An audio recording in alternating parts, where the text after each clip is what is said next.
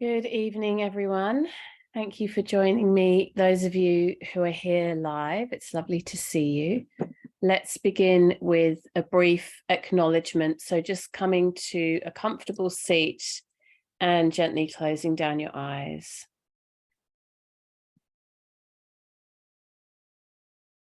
Bringing your awareness to your breath.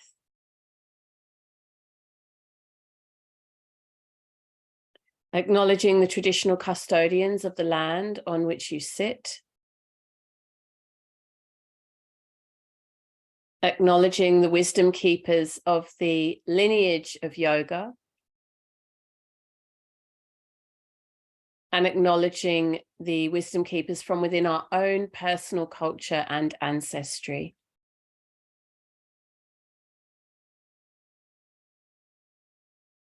Remembering our teachers, Guru Brahma, Guru Vishnu, Guru Deva Maheshwara, Guru Sakshat Param Brahma, Tasmai Shri Guruve Namaha.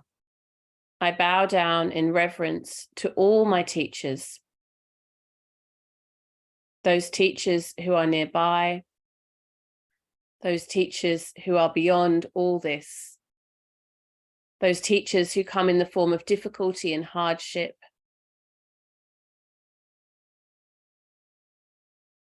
and ultimately the teacher in the form of the Supreme. Namaste.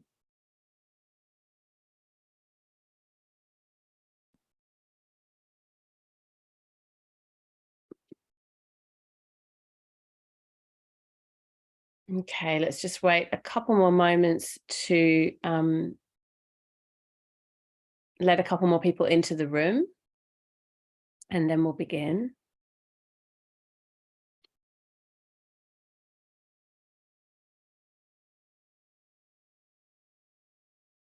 Beautiful. All righty. Well, we've got quite a bit to dive into this evening, so I'm going to jump in straight away.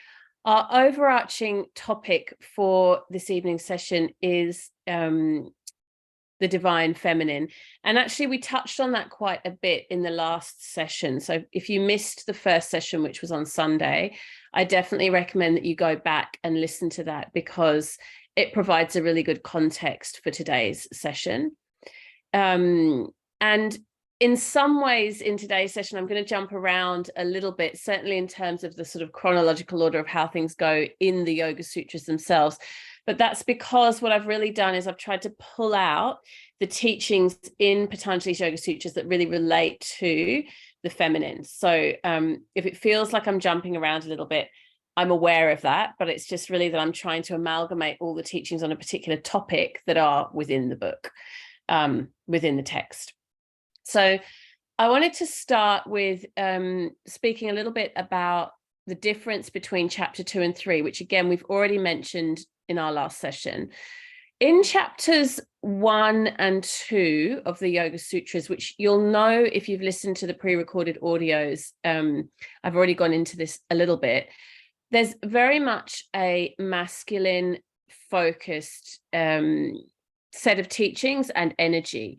So we could call this a kind of patriarchal way of learning. What it really relates to is the idea of hierarchy. So it's like the teacher is a position of authority, the guru is in a position of authority, and then the student humbly sits at the teacher's feet.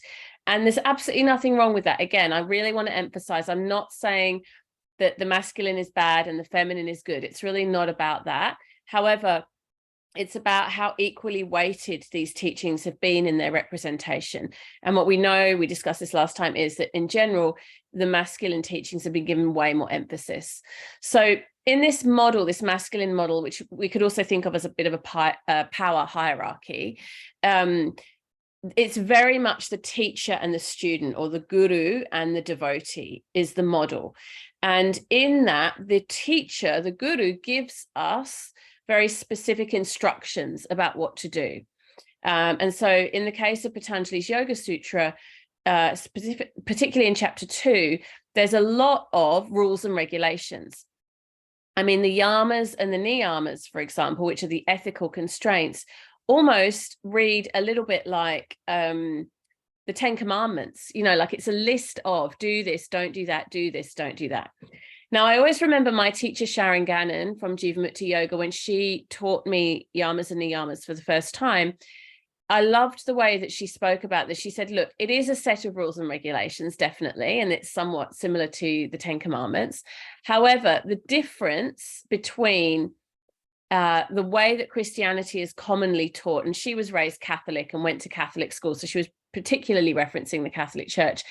The difference between the way that the 10 commandments are often taught and the way that the Yoga Sutras are taught, or the way that Patanjali represents the teachings of yoga in the sutras, is that in the sutras, we are told why to do X, Y, and Z. So yes, we're given a list of things to do. It's a little bit hierarchical, but we're told what the outcome will be if we don't.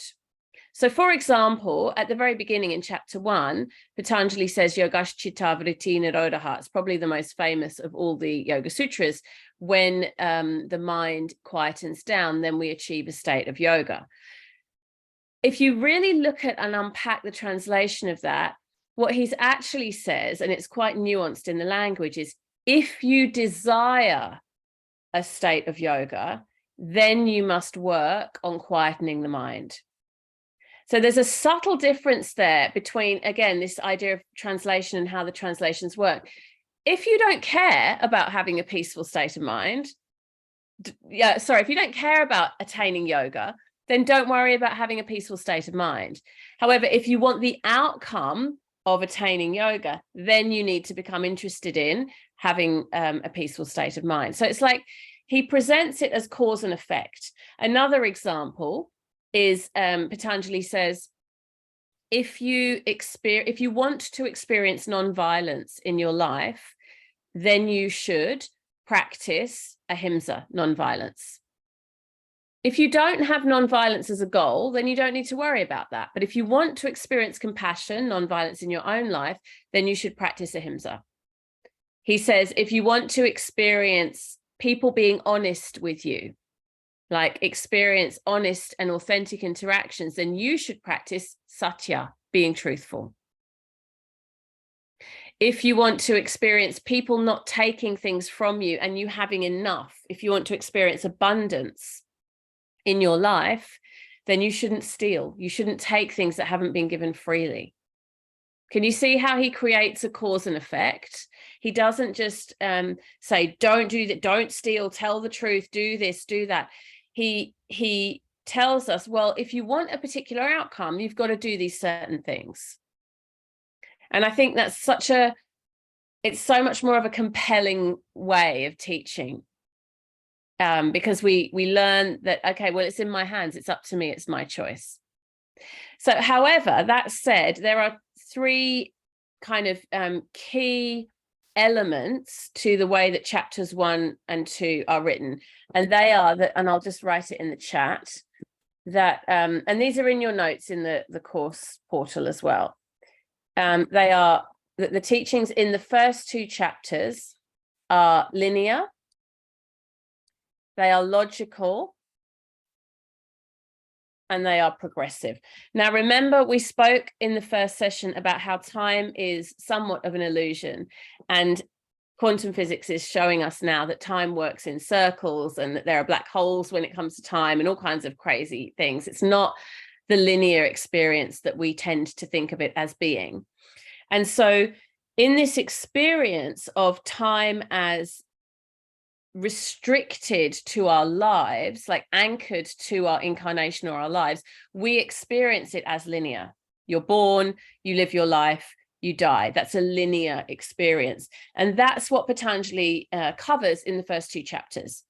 And so it's again in the mode of the masculine because it's linear. He also says, if you want to calm your mind, do more meditation. If you want this particular outcome, do this particular practice.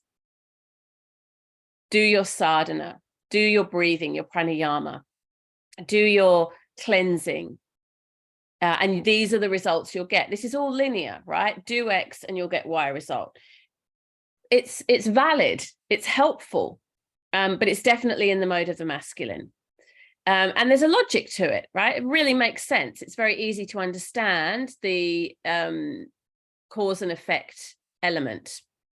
Then we move into chapter 3. And this is where we move into, and I'm just again going to write it in the chat for you.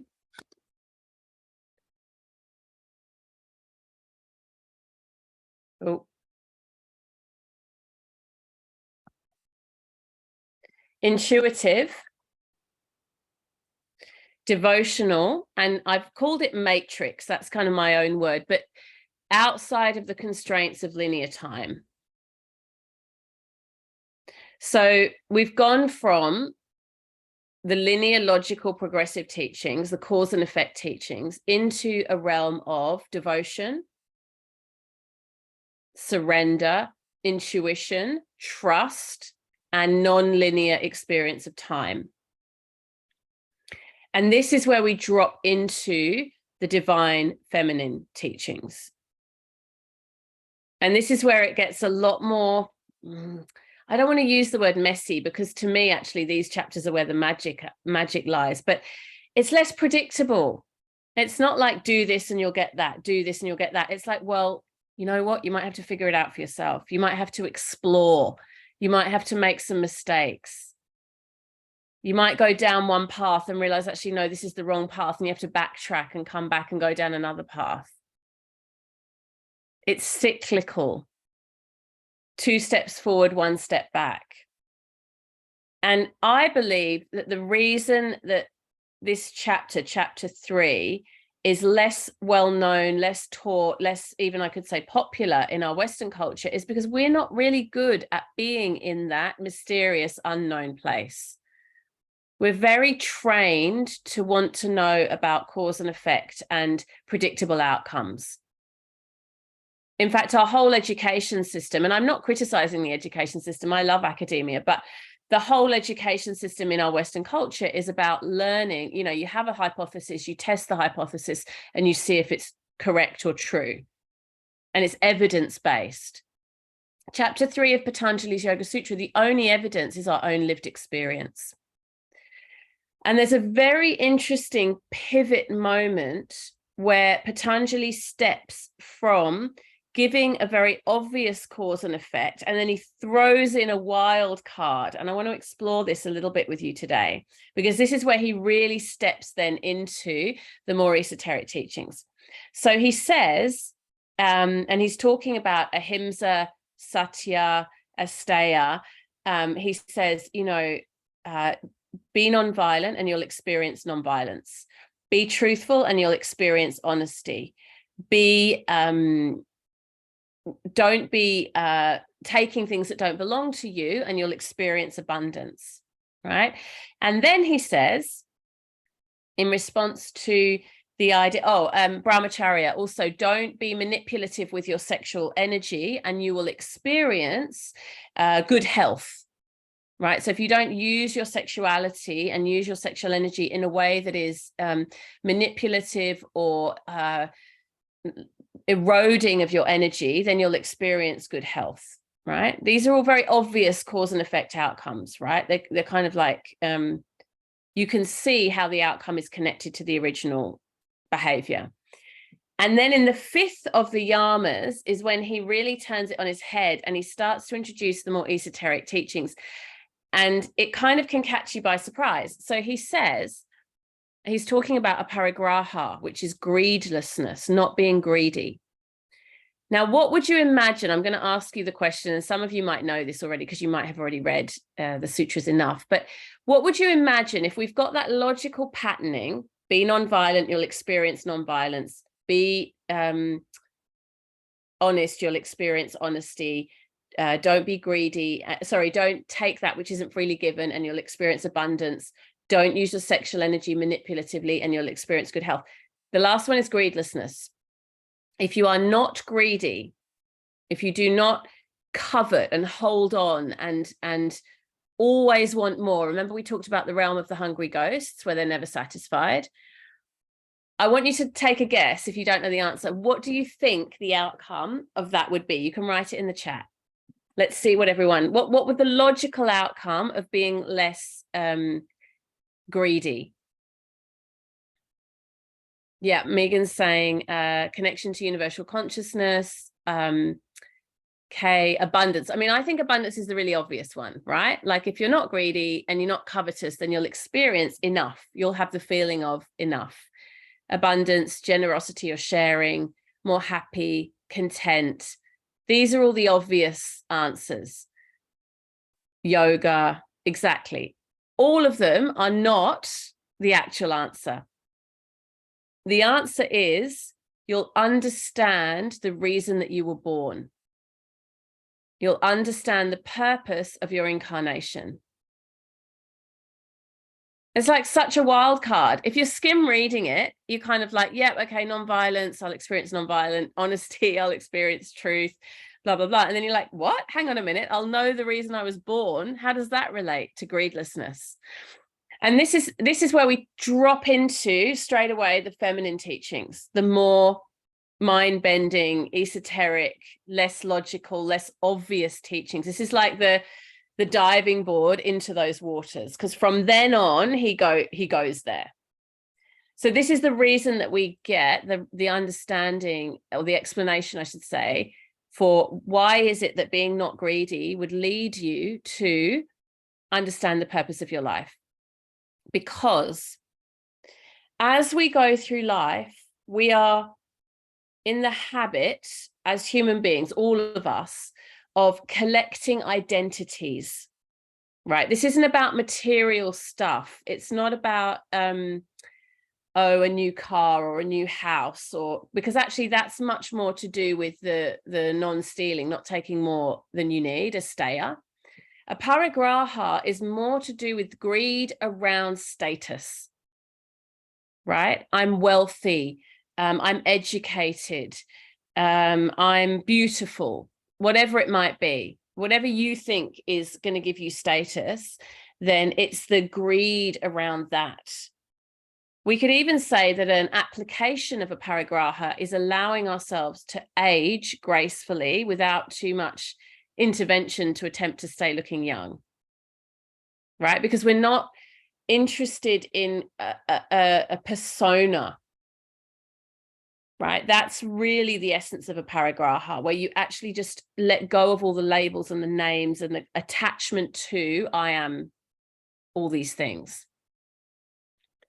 And it's really easy to say and very difficult to do. Like, of course, we identify as being intelligent, educated, whatever it might be, whatever the things are that you think are important in your life, you are attached to them. Even if you feel like you're not, I can tell you definitely are. Because if they were taken away, you'd have a reaction to that. So when you drop all of that and you just say, I'm spirit soul. I'm a reflection of God's infinite wisdom. I literally, I am, like, that's it. I am, there's nothing else. Then you have stripped away all the external things and you really know what you're here to do. Because the essence of who you are is able to bubble up when the image stuff is taken away. You know, I had a very, very good friend in my 20s when I was living in London, who was very good looking. He was a male model, and he was an aspiring actor. He ended up moving to Los Angeles and you know, wanted to be famous. It was like really his life goal. And he spent so much time chasing this dream of fame and recognition and feeling like his identity and his whole kind of self-worth were tied up in whether he got good movie roles or whether he got good fashion shoots and that whole kind of world. And whenever I think of this teaching, I always think of him because, he was a really close friend of mine. I loved him dearly.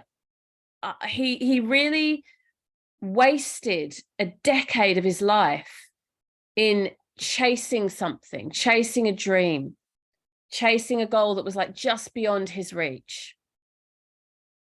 And it was sad to watch. It was actually quite heartbreaking to observe, because the more he was chasing that shiny goal, the less he anchored into knowing who he actually really was. And it's the same for all of us to a greater or lesser extent. So as we break away from the image element of who we are, we start to understand who we really are. And just to be clear, because I can see in the chat Megan's talking about you know, the not caring about aging thing, and you know, we're talking about working in an industry where looks are important. And of course, we spoke about social media last time. That really amplifies all of that too.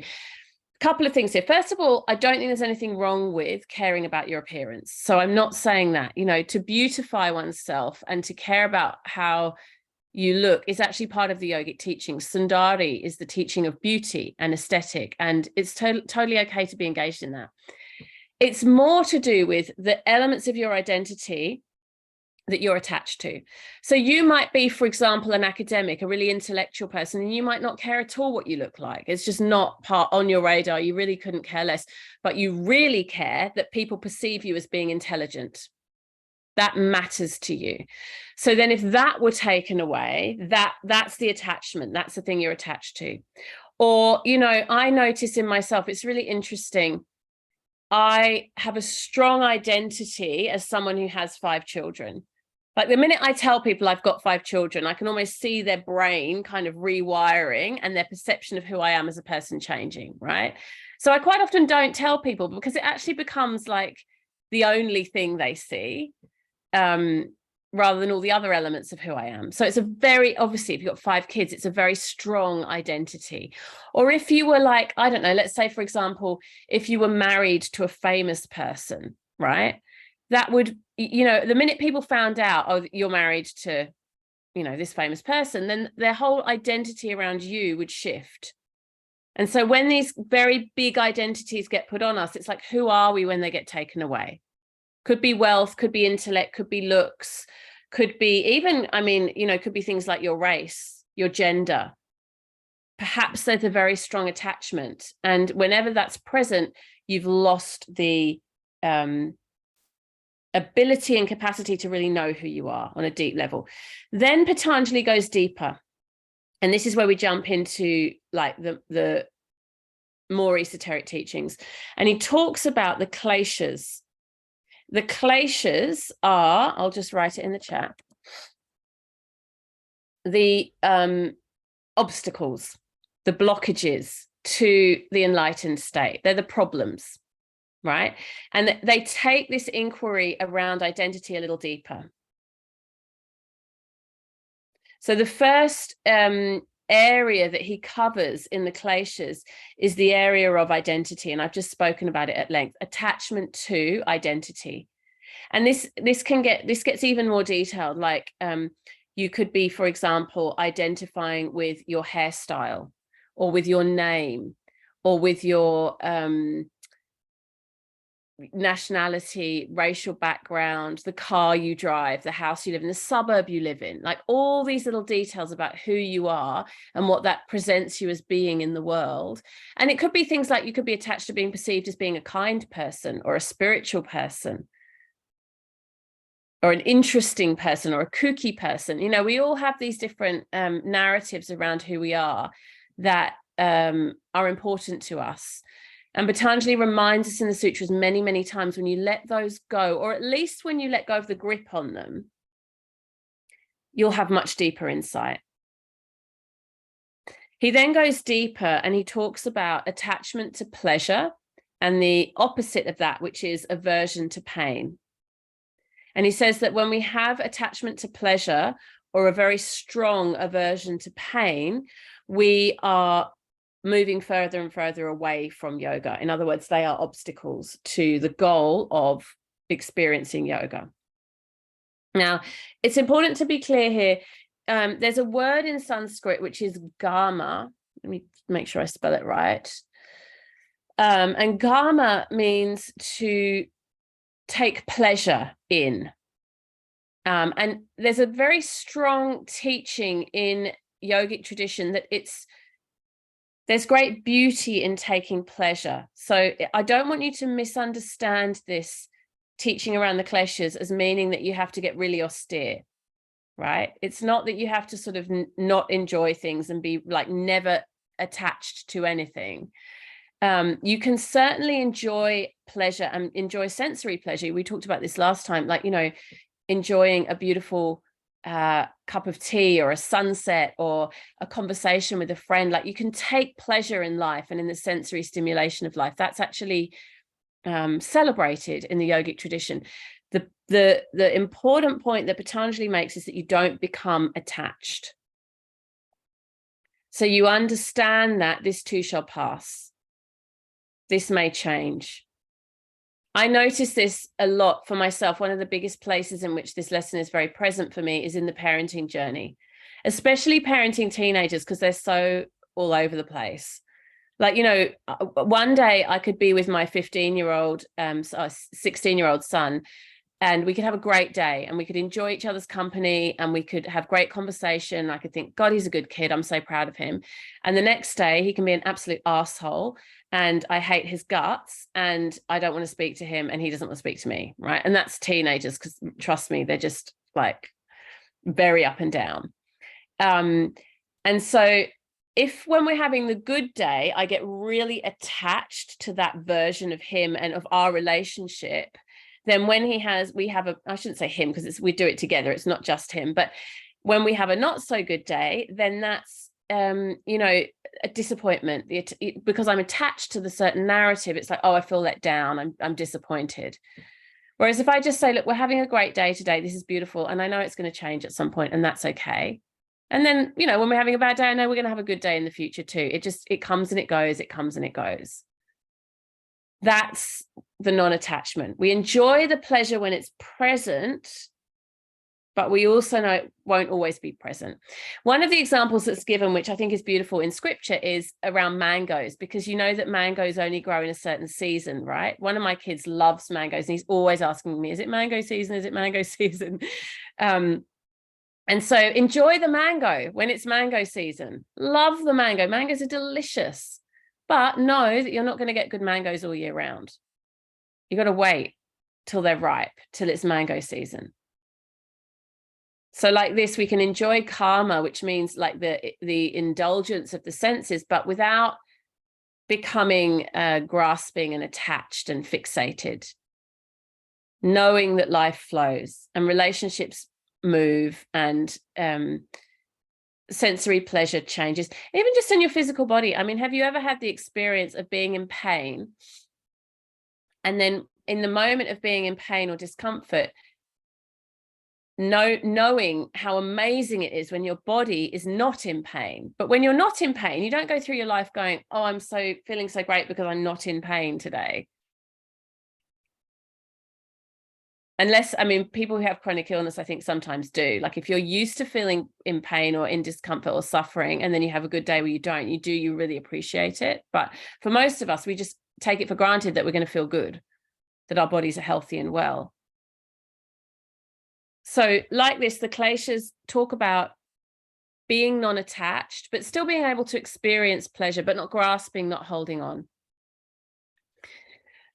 That's the first 4 of the kleshas. The 5th one is, again, it's like, can you see how Patanjali is like taking us deeper and deeper and deeper? Like it's almost like we're stepping down into a kind of a well or something like that. Like the teachings just go a little bit more deeper, a little bit more esoteric, a little bit more like they're going to take more time to contemplate, to understand. And I feel like with many of these teachings, I'm still working on understanding them myself. These are not things that we just get in one session and go, oh yeah, okay, I get it. Like it's lifetimes of thinking and contemplation. So once we've understood this piece around letting go of attachment, letting go of identity, letting go of the grasping, understanding our purpose, our dharma, our reason for being here, then the next layer, the deeper layer, is overcoming the fear of death. That's Devesha. In Devesha, he frames it as an obstacle. So it's the 5th obstacle, it's the 5th klesha. He says, the 5th obstacle is fear of dying. So the turnaround on that is when you overcome the fear of death, you go deeper into attaining yoga. It's the ultimate non-attachment. Like, we are attached to being alive. We're attached to being in this body. We're attached to having more time on planet Earth to do all the things that we've planned. And so when we let go of that attachment, and I'm speaking like I've done it, I certainly haven't, but that's a profound anchoring into the truest understanding of what yoga is. That this body is impermanent, that one day it will be gone. You know, I was talking to my mother the other day about this because her brother at the moment has terminal cancer and he hasn't got long to live. And she was talking about it in a really beautiful way, actually. We had quite a profound conversation. She said to me, you know, I just keep thinking that his body is, because he's Catholic, so he's going to be buried. She says, I keep thinking that his body's going to be rotting in the ground soon. Like, right now he's still alive and he's still with us and he can speak to me, but soon his body will be just in the earth. And it's a very profound contemplation. In fact, there's some schools of Tibetan Buddhism where they literally meditate on the rotting corpse in order to really drop into this understanding of a Devesha, like not being attached to life, overcoming the fear of death. I'm not recommending that, you know, that's not going to be your homework, but just letting go, the ultimate letting go is to let go of the attachment to this lifetime, the attachment to this body, the attachment to this incarnation. And Patanjali tells us when we really, really drop into that, then we have like found yoga. Then we're getting to the place where we've really, like, we've got it.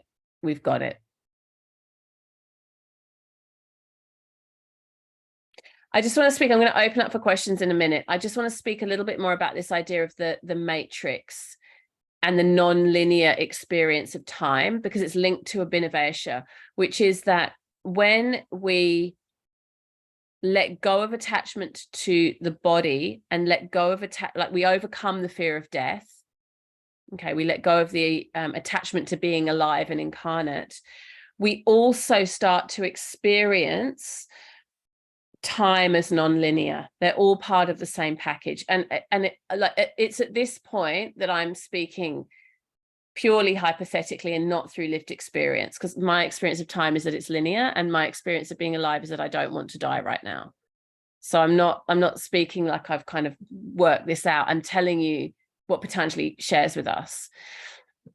And he says that one of the first ways in which we can work towards a Devesha and this idea of what I'm calling the matrix or the timeless experience is by overcoming our attachment to culture, society, politics, and identity. So not just our smaller identities around, oh, my hair is brown, or, you know, this is my age, or this is where I live, or those things, but actually the whole kind of political system, cultural system, the societal systems that we live in. And again, it's not that we disassociate from them, we don't function within them. It's just that we let go of attachment to them. Like, for example, you know, you might love the people who are in power in our political, in parliament, or you might not like them at all. But again, in same as the relationships, they come and they go. Societies build and then they crumble. And if we look through a really macro lens, we know over thousands of years, entire societies, entire ways of living, entire ways of being come and go, come and go, come and go. And so what Patanjali does in chapter 3, which helps us to see time in this less linear way, is he's constantly expanding and compressing the way that he speaks about the experience of being human. 1 minute he's talking about the whole of society and the universe and, you know, things in terms of the thousands of years. And then the next minute he's talking about our attachment to the way that we look and the next moment in time that we're going to experience. And it's like he's kind of stretching and closing in through that narrative. And we're going to look more, like he also talks about a lot about the way that we can work with that energy, and that's the yogic siddhis, or the superpowers. We're going to look at those a lot more in future sessions. Okay, I'm going to jump to questions or comments, so feel free to unmute yourself and ask a question if you would like to, or just share a comment with the group, or pop it into the chat and I will respond. Megan's saying it terrifies me to think one day I won't be with my children. Yes, agreed. I think when you're a parent, that's one of the biggest biggest fears that we have, is losing a child or us not being around for our children.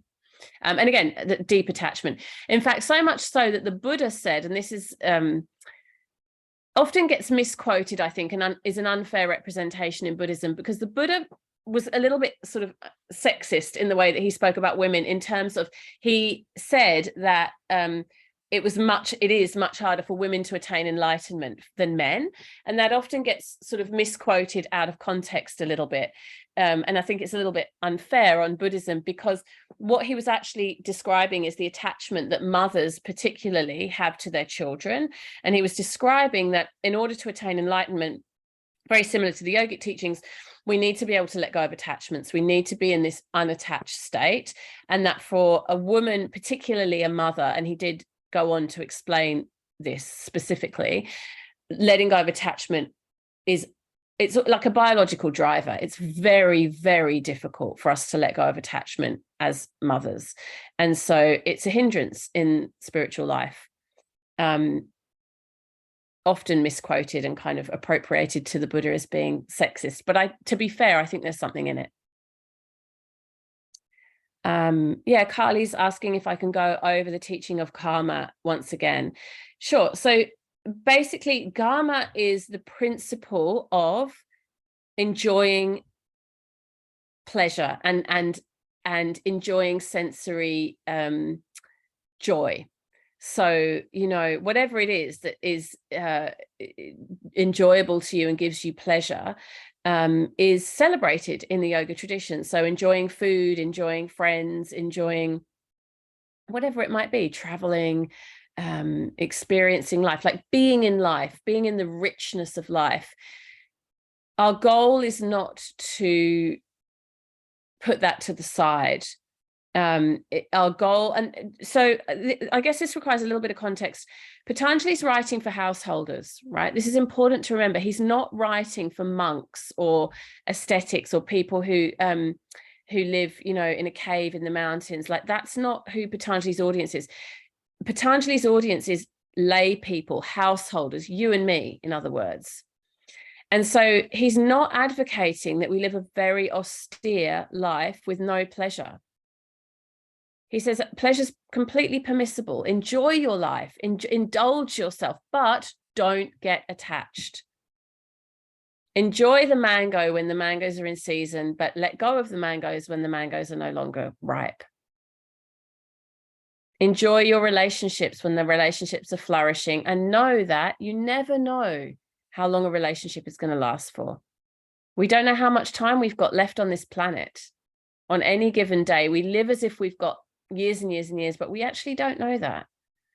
And so let go of the attachment, but still the pleasure is permissible. It's allowed, it's not that we're meant to be just like, oh, I'm not going to eat mango because I don't want to get attached, and I enjoy it too much, and we sort of like self-flagellating and very austere. No, indulge yourself, but indulge yourself without attachment. Liz is saying, don't let your senses be your master. Yes. And it's very much, you're right. It's in the Gita. There's plenty of that in the Gita. Yeah. One of the things that we can do too is we can redirect our sensory pleasure. And I think that's a really helpful way of thinking. I found this really helpful in my life, is to move from tamas to sattva. So we spoke about this last time as well. Tamas is darkness. It's things that are not wholesome, things that are toxic. Whereas sattva is sweetness, light, everything that is wholesome. And so when we move from tamas to sattva in our desires, we nourish ourselves so much more deeply. We spoke about nourishment last time. So moving away from addiction, which is tamasic, into just joy for the sake of joy, which is sattvic, is part of our spiritual progress. And where we get our pleasure is also relevant here. So, you know, if your pleasure is coming from some kind of addiction, well, then actually what the yogic teachings would say is that's not really pleasure at all. You're bound by an addiction. True pleasure comes from sattvic experience, which is good company, good nourishing, wholesome food, good relationships, being a responsible custodian of the earth, like living in a way that's very wholesome, that's truly uplifting. But even then, ultimately, we want to let go of the attachment. So in the enlightenment state, we transcend all of the gunas. We go beyond the experience of the tamas, rajas, and sattva, because we're not attached to anything. Even the mango is, you know, no longer appealing. There's no attachment. And that's a very, very abstract concept for most of us to be able to understand. Liz is saying that her eldest son is in the RAAF, and it's been really difficult for me to get used to this change. Of course. I mean, yeah, I think when it's our children, even our adult children, it's like a piece of us is out in the world. And yeah, it's exactly as the Buddha said, you know, it's very hard for a parent to let that go. Again, I spoke about this last time. You're always going to worry for your children and think about them, and that attachment is so deep. I mean, it's so deep that it's visceral. Like any mother knows that she would lay her own life down gladly for the life of her children. So it's like a visceral, physical attachment, and it's binding. And so, yeah, we don't easily move from that into the space of non-attachment. Okay, Megan is saying, I had a student, a 12-year-old girl, asking me if I have an aesthetic. I asked her what she meant, and she said, you know, pink, emo, etc. It made me realize that human beings are truly taught to put each other in a box. Yeah, this is how the 12-year-old girl is making sense of the world around her. She's already attaching herself to a certain aesthetic, which is what teenagers do.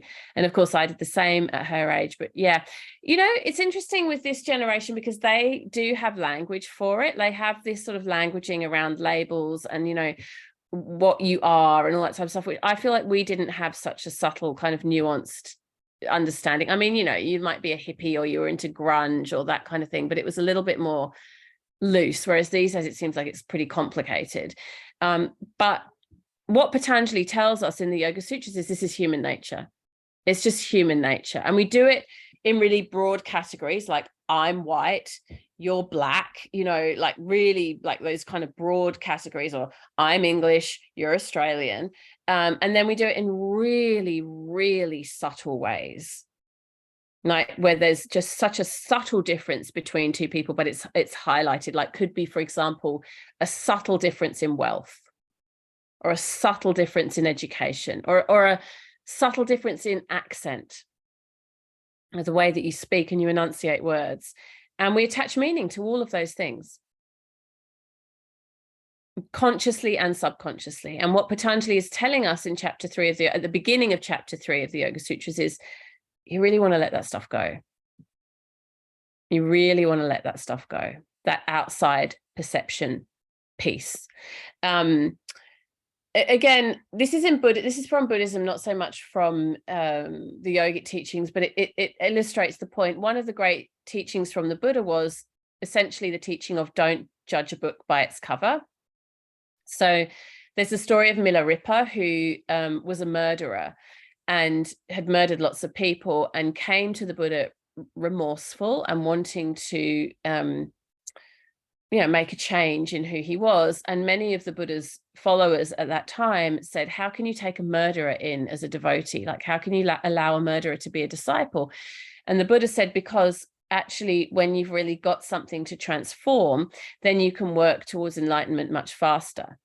Like if you've never dealt with anything gritty or, traumatic, then you haven't really got much to overcome. But if you've been in the trenches with something, then, you've got something to work with.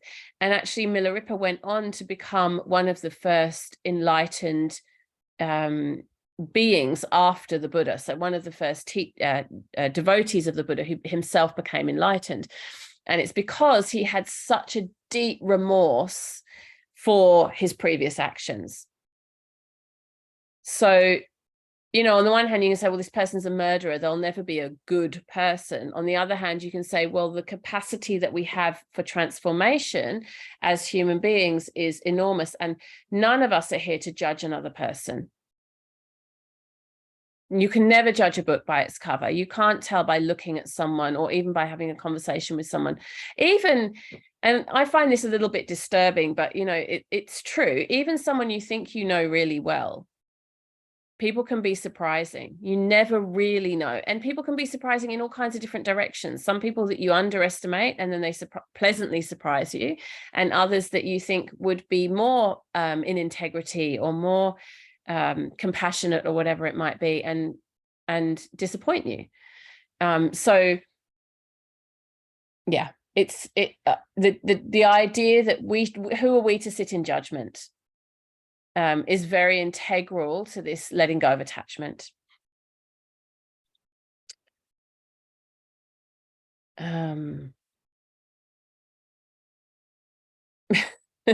Yeah, the whole accent thing is yeah, like that, very subtle, but still, I mean, being from the UK, where there's so many different dialects and accents, and so much classism and sort of like social socioeconomic judgment, it's really, really common for people to kind of judge each other's accents, and, you know, where people are from and all that type of stuff. All right, any further questions or comments? Anything that's come up either on Sunday or today that you would like me to speak more about, that you'd like to ask about? Any points of confusion, clarification, personal experiences?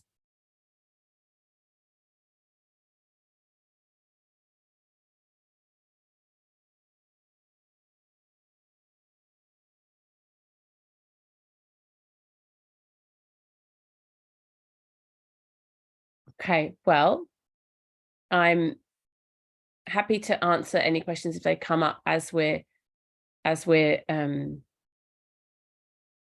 continuing. But what I will ask you now to reflect on, and if you've got your journal, you might want to grab it and take some notes, or just spend some time quietly reflecting, is, of these three areas in the masculine, the linear, the logical, and the progressive, which one of those has most strongly as a paradigm dominated your life?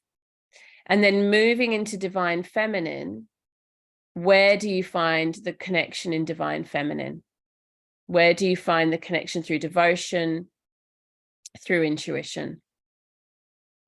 And I guess a broader or a more simple way of asking that question is the masculine or the feminine dominating your life right now? Do you find yourself really caught in the masculine kind of narratives and timelines and ways of thinking and being? And where, if anywhere at all, are you able to drop into the divine feminine?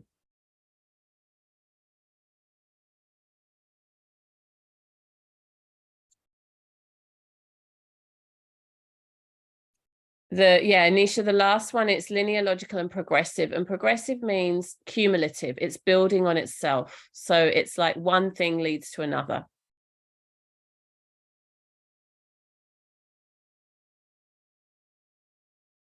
I mean, we could look at, for example, our education system is a good example of that. Like you'd say, I go to primary school and I learn how to read and write. And then I go to high school and I learn particular subjects. And then I go to university and I become an expert. And then I get a job in that particular field. So it's progressively leading towards expertise. Whereas a non-linear education model is one that works more in terms of pursuing interest in the moment, or working in cycles rather than a kind of linear pathway.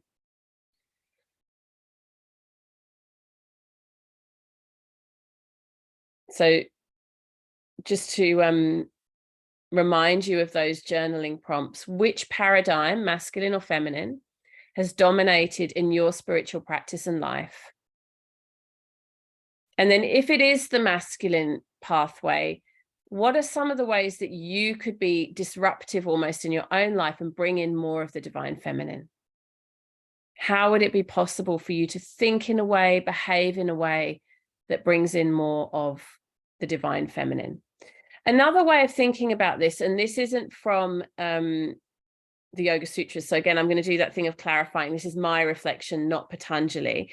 But one of the ways that I reflect on that idea of masculine and feminine is around receivership versus dominance.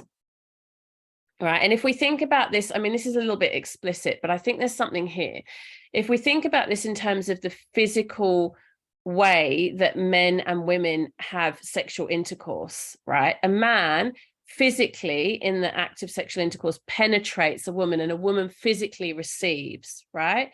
And I think there's something in that around the idea of receptivity as being a feminine trait, and the idea of projection or penetration or like pushing forward as being an innately masculine trait. Again, not about men and women, but about these energies. And so if as women, we are constantly in a state of pushing forward progression, and, you know, for want of a better word, penetration, that's kind of a word that has a lot of connotations, but the idea of just blasting through all the time, then we're really in our masculine mode. And the question I ask myself often, and the question that I think we could ask ourselves to drop into the feminine, is around where can I be receptive? Where can I be receptive? Even like, I think of this in terms of running my own business, right? I can be in my business doing the work that I do, and I can be very much in a mode of like, okay, I'm going to create this thing, and then I'm going to sell it, and I'm going to make this marketing campaign, or I'm going to record this podcast, or I'm going to, you know, write this program or whatever. And it's all very driven around like progression and an idea that I want to share and putting things out there, right? And then sometimes that's needed, and I'm in that mode. But when I do my best work, I know this to be true, is when I step back and I really just, through meditation, it often happens to me actually like in the early hours of the morning, if I wake up and I can't get back to sleep, is when I often have that most receptive state, creative state, or in the bath. That's another good one for me. But when I'm not in the mode of like planning and striving and structuring, but I'm in the really receptive state of like, it's a creative space. It's a place of receiving, and actually receiving from God, receiving from source, and asking for something to come through me. That's very much the feminine energy. Like, let me be a receiver and allow something to come through me, rather than let me be in control and dominating and progressing. I'm not sure if I've articulated that particularly well, but hopefully you understand what I mean. The difference between literally the penetration and the reception, the receptivity. Part of what happened with feminism in the first wave of feminism is that women became a lot like men in order to compete with them. And the second wave of feminism is that we can be equally as respected and well regarded as men without becoming like men. We don't have to be in the masculine mode to be respected as equal. The first wave of feminism really thought that that was the case. And so this is, again, part of that receptivity. Danny's saying she's beginning to tune into her own intuition over the last few years. I've really connected to myself, my innate knowing. I've learned to trust that things will unfold as they should, and not needing a step-by-step plan for everything. Absolutely. Yeah. Yeah. And Nisha's describing a process of intuition that then has logic added to it, which I love that. Like, rather than coming at life with the logic and then saying, oh, but I'm overriding my intuition. What a beautiful thing to say. I'm following my intuition, but I'm also going to look at, is this logical? Like, the logic is the add-on piece rather than the driver. Because again, we do need both. Of course, we need both. But most of us are so driven by the logic as being the primary.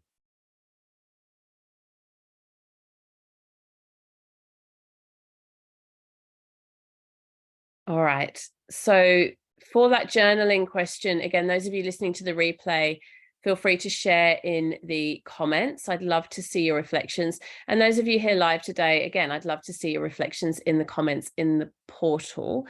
Just a reminder that if anyone's having any tech issues with accessing the content of the course, please just reach out. We'll get you sorted with the recordings and all of that background study and the notes. We're going to go deeper in the next 2 sessions into the specifics of chapter 3. And these are like the next 2 sessions are really my favorite to teach, because they're the ones where we're really going to dive into the siddhis, which is like the magical powers, the superpowers that arise through the practice of yoga. And what I want to say, just to kind of sow a seed for next time, is they're not as far out of reach as you might think. Like, it's not only for people who've had, you know, a 50-year dedicated yoga practice. When we actually start to open up our willingness to perceive energy and to perceive the non-linear realities that are all around us, we can tap in very quickly. And, you know, all the things that are very, not all the things, but so many of the things that are very mainstream now, like manifestation or magnetism or all that type of stuff, is actually all in the Yoga Sutras. Like, Patanjali talks about it all, and we're going to dive into what he describes and how. Edwin is saying, I know when I spend too much time in the masculine, pushing and striving and doing, I experience burnout. Yeah. So then intentionally spending time with kids in the garden, meditating, brings you back into the feminine. Absolutely. And Kay's agreeing. And I totally relate to that as well. All right. Thank you so much for joining me live. Those of you who are here, I'm really looking forward to seeing you on, I believe it's Thursday. And have a beautiful evening. Take care. Namaste.